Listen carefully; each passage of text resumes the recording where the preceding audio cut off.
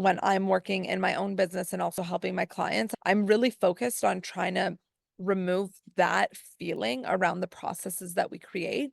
When you create something different as you have, and I can hear that in your language of when it's the right time for them and staying there for them and building that long-term connection rather than making people feel like they either have to make a decision or that you're using language or giving promises that would by any means shape or manipulate their decision making. I'm not saying you're forcefully saying something, but the energy is forceful. That's why they run away or feel like they don't want to work with you or they don't want to buy your product versus when we open that up and respect timelines, it's actually people want to lean in. I'm rooting for the ethical vibes and I can hear that. And obviously, no surprise that we're aligned on those Yeah. visions as well.